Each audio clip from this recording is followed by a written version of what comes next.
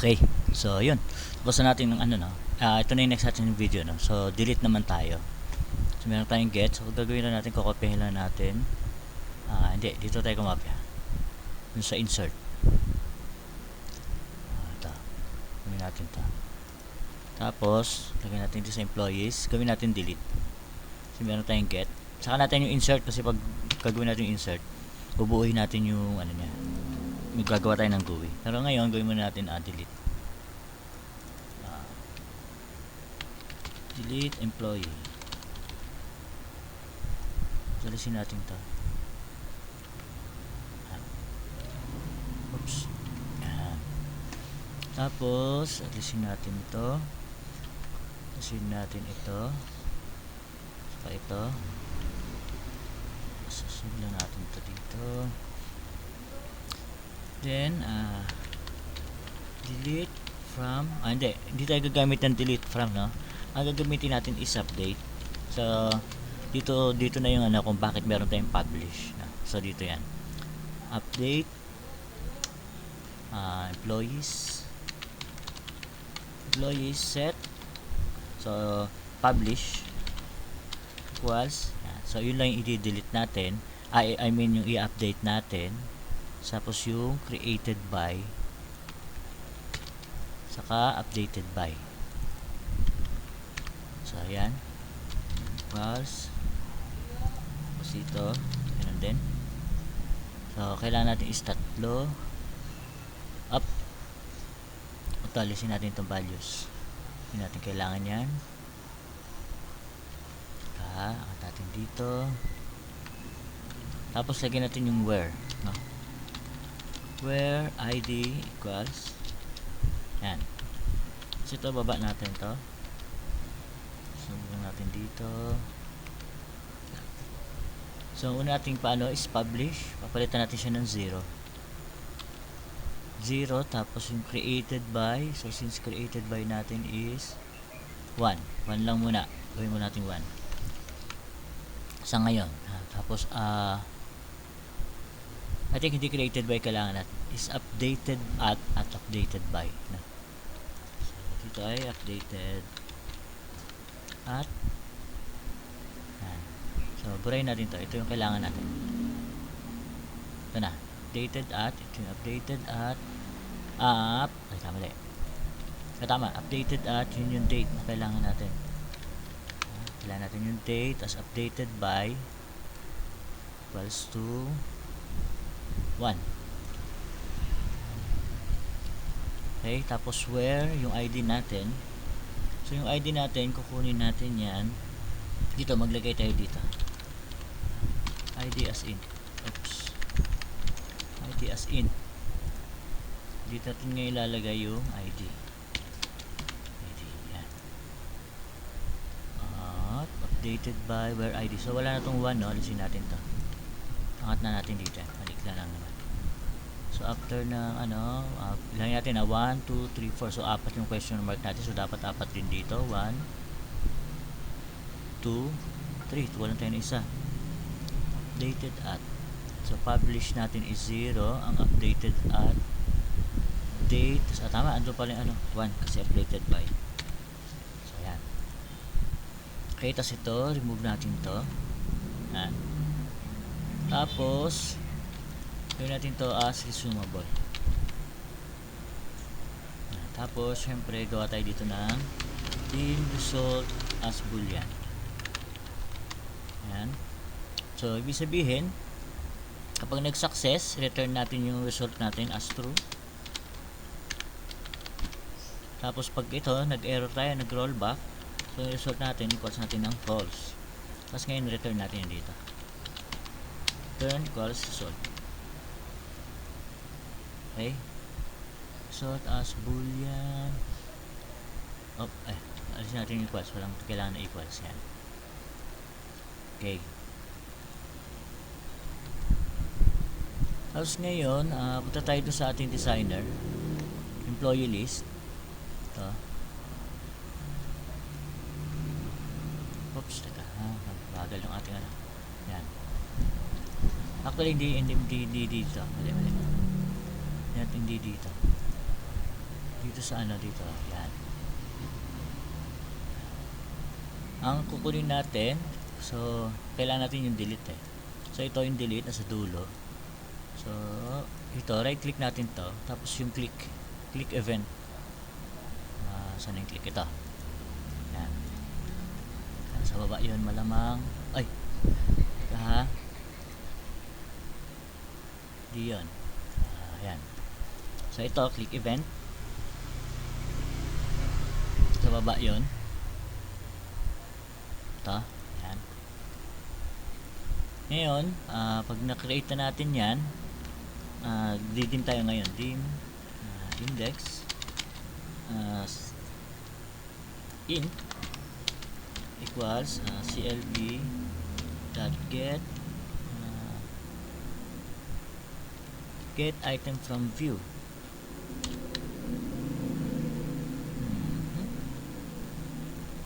Think index. Okay. Ayan. Tapos hindi yan. Ayan, center gamitin natin. Tapos panel, kunin natin yung panel sa before x view. Ayan. Equals clview dot get panel, tapos index. Ayan.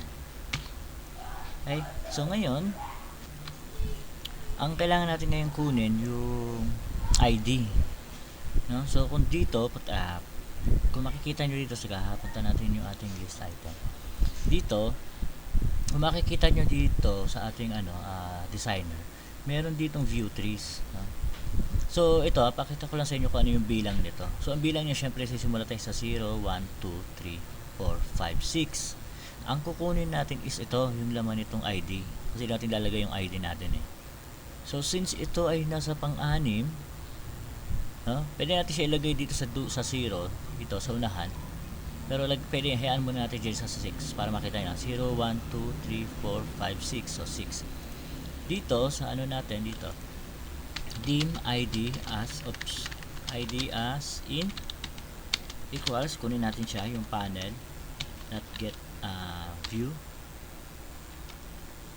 tapos yung 6.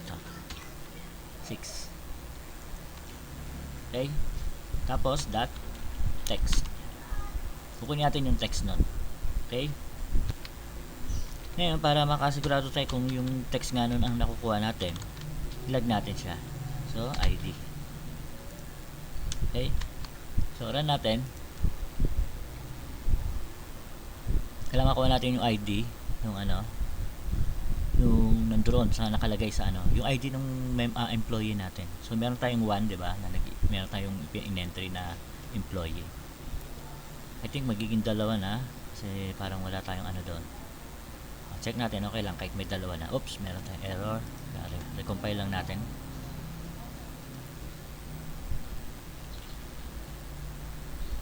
Okay. Ngayon dito, yan, nakita natin merong isa. Pag i-delete natin dito, kiklik natin to, so meron tayong nakukuha. Kasi ito yun. So nakukuha na natin yung ID. Okay, yung ID nun. Ngayon ganito, close ko yan, open natin dito. So balik tayo sa natin, views tree. So since ito, dahil 6 nga, ito makikita natin, ito 6 kasi pang-anim siya. Ilipat natin dito para maging 0. So siya yung unang-unang number natin. Ngayon, ganito yung bilang niyan. Kada unang bilang natin is 0. 0, 1, 2, 3, 4, 5, 6. Ngayon, kung halimbawa ito, gagawa tayo ng sample. Gawa tayo ng panel. Tapos ito, ilipat natin to dito sa loob ng panel. Halimbawa may ganyan kayong design. Ngayon pag tinignan natin dito sa view natin yan, makikita nyo, ang bilang natin is 0, diba? 0, 1, 2, 3, 4, 5, 6. So 6 na yung panel. Ang gusto natin kunin ito.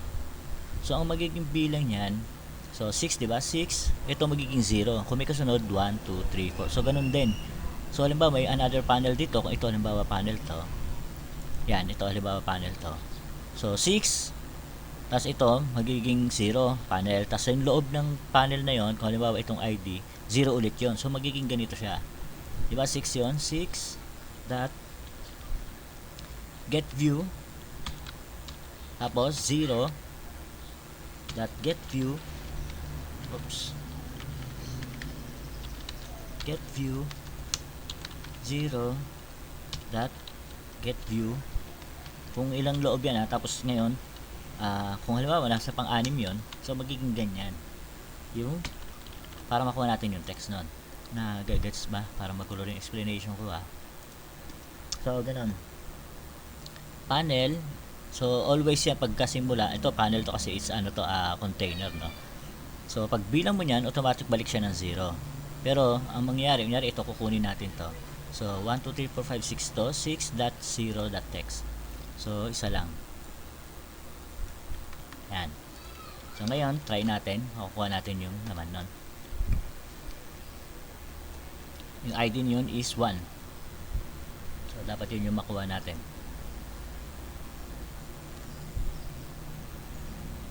Login tayo. Okay, dito. Hop, meron tayong makuha. Ayun. So, nakukuha pa rin natin yung ID. Ayan, makikita nyo.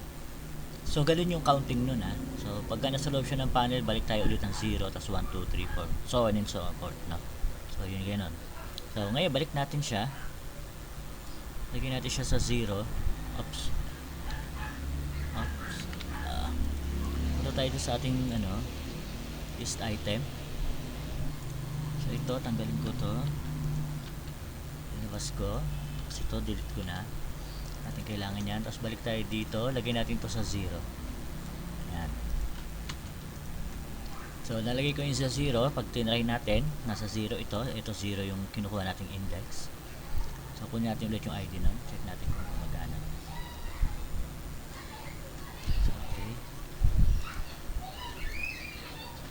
Edit. So pag kinilik natin, punta tayo ng logs natin para makita natin. Pag kinilik, so yun, nakukuha pa rin natin yung text na.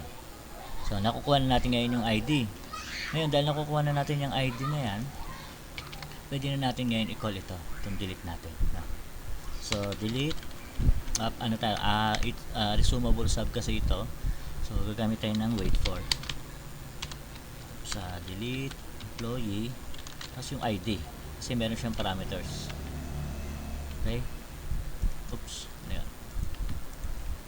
Tapos complete success as boolean. Yan. Okay, tapos if success, then yan lang. So, ganyan yung para ma-delete natin. Ngayon, syempre, bago tayo mag-delete, dapat meron tayo ipo-prompt na message box bago tayo tumuloy. So, ganito gawin natin. Dito sa pag-click. Meron tayong libraries, diba? XUI gamitin natin. Tapos, message box. Itong gamitin natin, yung 2. Yan. Tapos, kopyahin natin to. Yan. Dito natin lagay sa baba. Para ito makopya natin. Delete natin yan. Lagyan natin dito at dito. So, yan. So, dito sa message to sync natin, async. So, makikita, sundan lang natin. Yan. Delete file. Yan na lang gamitin natin. Tapos title natin. Delete employee. O, delete na lang. Okay na yan. Tapos yes. Cancel no. Pwede natin yes na lang. Ito, ganyan na natin. Blank na natin yung cancel. Tapos dito, makikita nyo ito, wait for, ibig sabihin na antayin nyo yung message result kung positive ba siya or negative. So, halimbawa, gusto nyo rin ng negative, lagyan natin ng else dito. Tapos, result. Hindi, lagyan tayo else if. Else if result equals libraries.xui.dialog response. Ayan o, negative, cancel, positive. So, yan. So, select nyo lang dyan kung saan nyo gusto mag-trigger yung ano nyo, yung event ninyo. Ito, wait for natin. So, dito natin siya ilalagay. Yan. So, ngayon, ang mangyayari dito, hindi niya talaga i-delete yung record, no? Hanggang mangyayari lang sa kanya, i-update niya yung publish into 0. Kasi ang kinukuha lang natin dito sa get employees natin is 1. Yung publish equals to 1. Dito naka-ano, no? Naka-null. So, gawin natin dito, array as list, string. 1. Tapos dito, where publish equals, yan. Okay. So, dito, null. Okay. Ngayon, try natin. Balikan natin dito. Okay. Alabas muna dapat yung ating message box. So, yun. Delete file. So, na natin. Dapat hindi mabubura. Nabura yung ating ano. Nabura. Wait. I think dito yung problema natin, no? Babaguhin natin to. Baguhin natin. So, alisin ko muna. Alisin muna natin to. Kung may problema tayo dyan sa ano na yan. Itong asynchronous na ito. Okay, wait lang natin. Compiling pa. Edit natin yung ano, susunod. Sabay natin to sa update naman. So, yan. Kita natin. Dapat pag nag-no, yan. So, nandun pa rin, di ba? Kahit i-refresh. Ayan. Ngayon, pag ni-yes natin, dapat mawala na siya. Yes, meron tayong error. Error missing database. Near syntax. Missing database near syntax. Meron tayong error. Delete from. Update employees. Set publish. Ang mali daw natin ay missing database error. Missing database near syntax error. So, meron tayong sa error dito. Updated by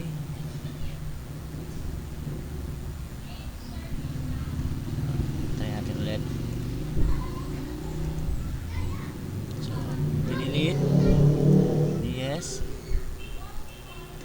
Actually, pumapasok siya dito sa ano, nagsasuccess na. Dito, nagtuturo siya.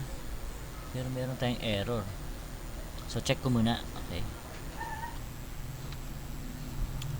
So, I think mali yung ano ko, no? Yung query ko. So, di ko alam kung ano. Pero mali yata yung query ko. Di ko na nakita kung ano yung pinagkaiba nung nauna kong query. So, anyway. So, ngayon, ito lang. Inayos ko lang. Tinry ko lang. Tinype ko ulit to. Niretype ko lang. Kasi baka may mali ako. So, ngayon, ito. Makikita natin tatlo siya, tatlo na. So, pag dinelete natin yan, makikita natin deleted doon. So, ibig sabihin nag-success na, pumasok na yung delete natin dito. Saan yan? Delete. Ito.